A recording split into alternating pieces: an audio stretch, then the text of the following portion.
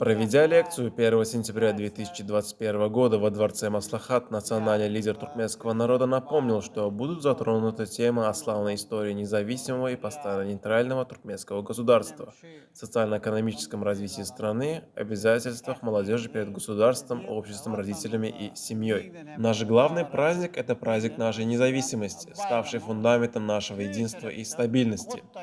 Через считанные дни исполняется 32 года по провозглашению независимости Туркменистана.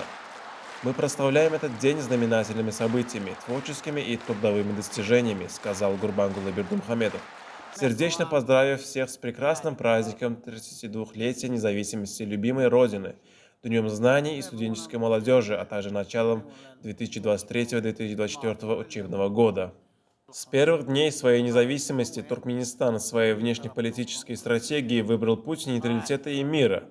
12 декабря 1995 года с принятием исторической резолюции Генеральной Ассамблеи Организации Объединенных Наций Туркменистан приобрел правовой статус постоянного нейтралитета и стал партнером, гарантирующим надежность, открытость и безопасность.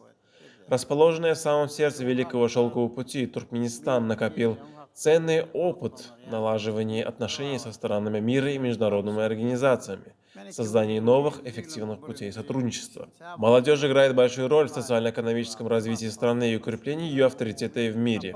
В этой связи молодежная политика является одним из приоритетов государственной стратегии. На основе государственной программы в области молодежной политики на период до 2025 года реализованы эффективные меры по формированию совершенных физически и духовно здоровых личностей, хорошо знающих нашу историю, культуру, традиции и обычаи, способных их ценить, а также почитающих семейные ценности, отметил национальный лидер туркменского народа, подчеркнув, что с утверждения президента Туркменистана была принята новая редакция закона Туркменистана о государственной молодежной политике, гарантирующая социально-экономические и политические права молодых.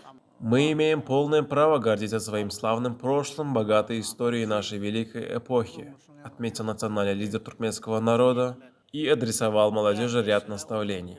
Молодежь всегда должна стремиться к совершенству. Совершенство – это высшая степень для молодежи, неустанный труд, освоение знаний и профессий, накопление опыта – это шаги на пути к самосовершенствованию молодежи.